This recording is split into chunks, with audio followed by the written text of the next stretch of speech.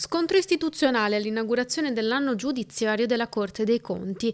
Nel corso della cerimonia, la presidente della sezione giurisdizionale, Marta Tonolo, ha definito gravi alcune recenti affermazioni della presidente del Consiglio Giorgia Meloni sulla magistratura contabile.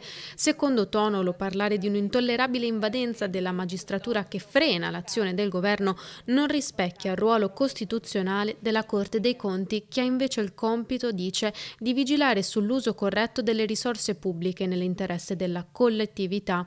Occasione quella dell'inaugurazione per tracciare il bilancio delle attività del 2025 nella regione. Il procuratore regionale Paolo Crea ha spiegato che l'attenzione della procura continuerà a concentrarsi sulle grandi opere e sulle procedure di appalto presenti nel territorio. Tra i dossier monitorati la superstrada pedemontana, che secondo la procura continua a generare perdite per il bilancio regionale, e poi le grandi opere e le procedure di appalto riguardanti le Olimpiadi.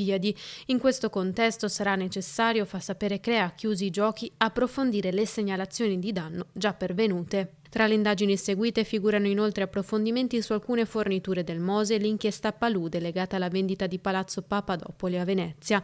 Durante l'anno sono state 448 le sentenze emesse, di cui oltre il 60% concluso con una condanna per un importo complessivo di circa 2.400.000 euro, in calo rispetto agli anni precedenti. I tempi medi invece per il deposito delle decisioni restano attorno ai 35 giorni.